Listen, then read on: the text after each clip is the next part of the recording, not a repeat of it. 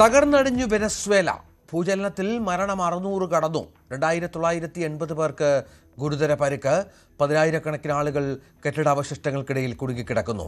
വെനസ്വേലയ്ക്ക് സഹായമായി ഇന്ത്യൻ സംഘം.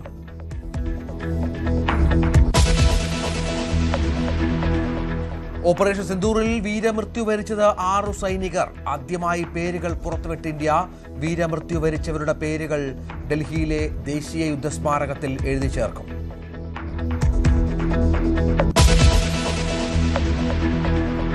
മാസപ്പടി കേസിൽ ഇഡിയുടെ അന്വേഷണം 1ാം പിണറായി സർക്കാരിലേക്കും.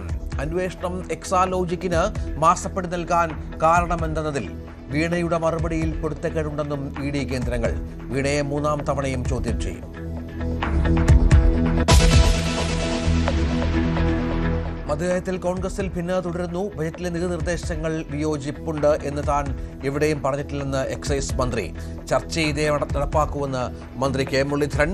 തെറ്റായാൽ തിരുത്തുമെന്ന് എ പി അനിൽകുമാർ. ജനശബ്ദം കേൾക്കുമെന്നാണ് വിശ്വാസമെന്ന് തിരുവഞ്ചൂർ. സർക്കാർ നീക്കം ദുരൂഹമെന്ന് എം വി ഗോവിന്ദൻ. അയോധ്യ ശ്രീരാമക്ഷേത്രത്തിലെ സംഭാവന തട്ടിപ്പിൽ വലിയ തലകൾ ഉരുളുന്നു.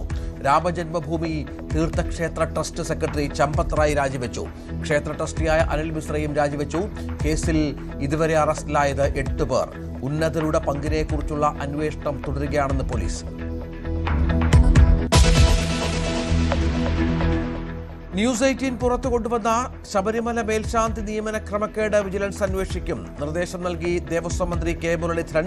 ന്യൂസ് 18 വാർത്ത ആധാരമാക്കി ഔദ്യോഗിക പരാതി കിട്ടി. പരാതിയുമായി ബന്ധപ്പെട്ട എല്ലാ കാര്യങ്ങളും അന്വേഷണ പരിധിയിലെന്നും ദേവസ്വം മന്ത്രി. News 18 big impact.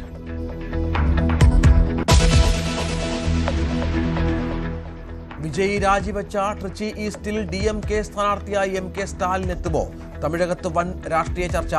MK Stalin സഭയിലെത്തുമെന്ന് DMK നേതാവ് KN നെഹ്റു. അഭ്യൂഹങ്ങളോട് പ്രതികരിക്കാതെ സ്റ്റാലിൻ.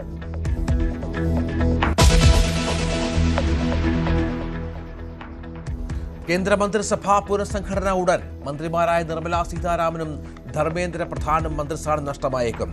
മുൻ കേന്ദ്രമന്ത്രി അനുരാഗ് ഠാക്കൂർ മന്ത്രിസഭയിലേക്ക് തിരിച്ചെത്തും.